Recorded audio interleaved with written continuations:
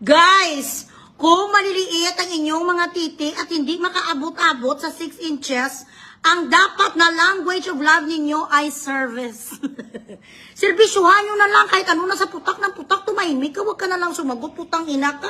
Maliit naman ang titi mo, pagkatapos supot ka pa. Correct? Hindi totoo yun. Akala mo na mag-asta naman si Derek, wala doon ang kanyang tarugo, the one ruler, do you bow? Hindi ka tumabenchis pang. Doon ka lang sa eraser, ka lang ang stage. Ay, Diyos ko na eh. Gamay sa pisot actually, kaya siguro gano'n maldituhan siya.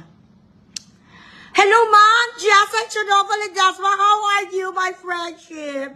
Di ba lamang, ay, ang mga amon sa una, yung mga charito soles, ay, hindi ba pa-perdi, ay, yakapin bagay ang mga Arabo, ay.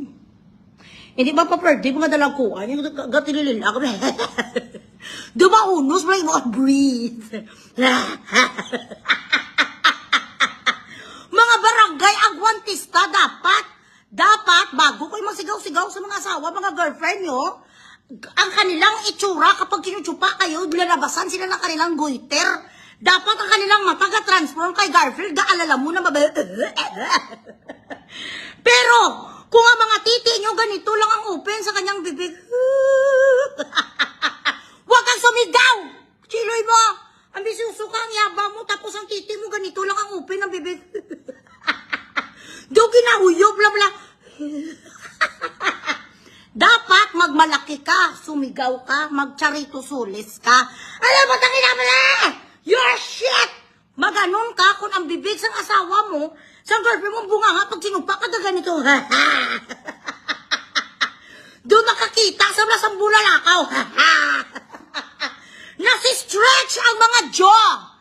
Pero, kung ang titi mo, ang opening sa mouth ng girlfriend mo, ganito, huwag ka maligaw! Tangina ka, shit!